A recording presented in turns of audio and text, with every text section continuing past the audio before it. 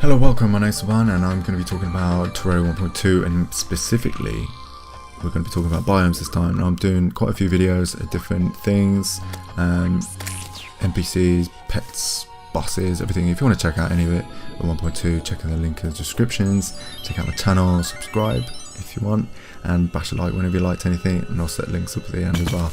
So biomes, first one I want to talk about is snow, because that's kind of my favourite biome out of all these new ones.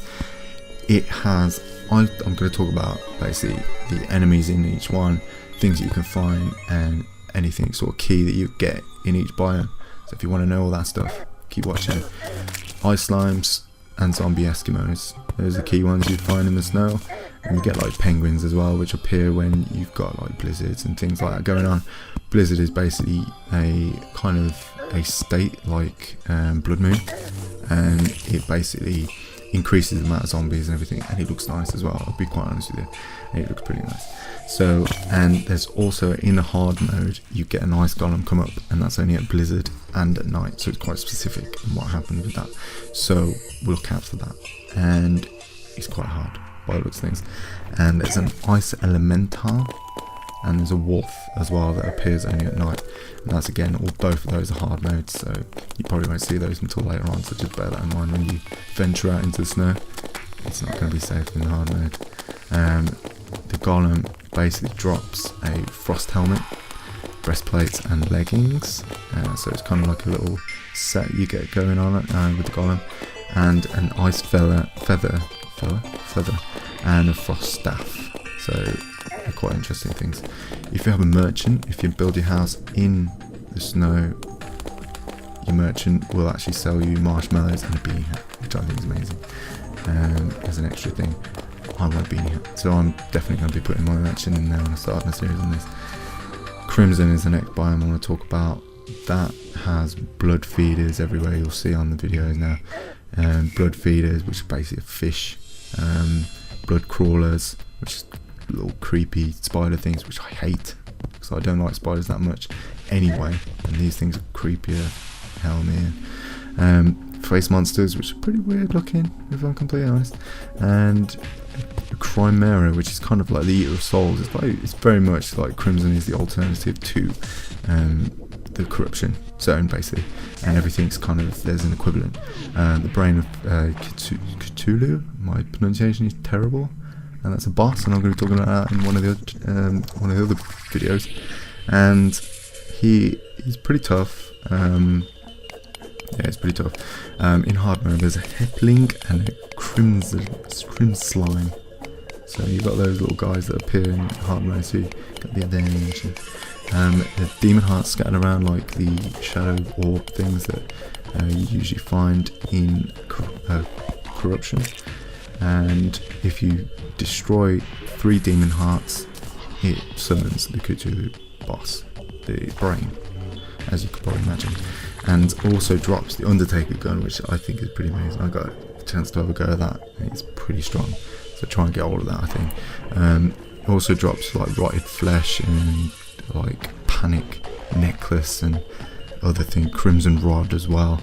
It drops quite a few different things, the hearts that is, and it's an alternative to corruption, but instead of sort of having channels, it's kind of diagonal tunnels to have a bit of contrast. Just something I picked up on it. The spread in hard mode as well, because something that a lot of people don't realise is when you transfer to hard mode, it's corruption and crimson and everything is going to spread, and you can't contain crimson with sunflowers. So I'm sorry to all you guys that are planting sunflowers around the crimson, it's not going to work. And also in replacement of the demon altars, there's crimson altars, which you basically, I'll talk in more in the boss sort of video about the crimson altar, because that's how you can summon the brain of Cthulhu if you can't find any more hearts. And I'll talk about that in the other video, like I said. The other biomes is the Beehive, and that is within the underground jungle. It's kind of like a biome within a biome. If you've got to break through hive blocks, it's kind of contained, it's like an actual beehive, and when you break the hive blocks, it will spew out honey and sometimes bees, which will attack you, and pretty irritating, to be honest with you. And it flows like lava, but it doesn't hurt you, and it's really slow. But when it gets, one thing I've noticed, which I'll try and show you in the video, when it touches water, it changes to an actual honey block. So bear that in mind if you want to have like a honey house or something else to add to yourself. Also, inside the actual beehive, there's a bee, like lava, in a jar, which if you smash that thing, like I've accidentally done, by accident, it will just summon the queen bee straight away, and she will not be happy, to be quite honest with you. So watch out for that. There's a Lihzahrd thing, which is like a jungle hard mode dungeon thing, which like I said, it only sort of appears in the hard mode, and the tunnels lead right the way down to a boss room, which it has the golem in. That's where the golem is. And there's also Lihzahrd altar, which is used to actually summon the golem. You have to have so many power cells, which are dropped by the Lihzahrd creatures and the flying snakes that you find in there. Has come rare drops, which are the power cells and the lizard egg.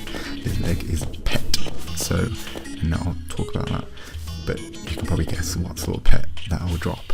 So thanks for watching. If you liked this video, throw me a like. If you got any sort of extra things that I missed on these biomes that put sort of key, write in the comments. I'd love to know, so I know when I'm doing my series. And check out my other videos. I'm going to stick some links at the end, and subscribe if you liked it, and check out my series when I do it, which will be in the next week or so, I think. So thanks for watching. Bye.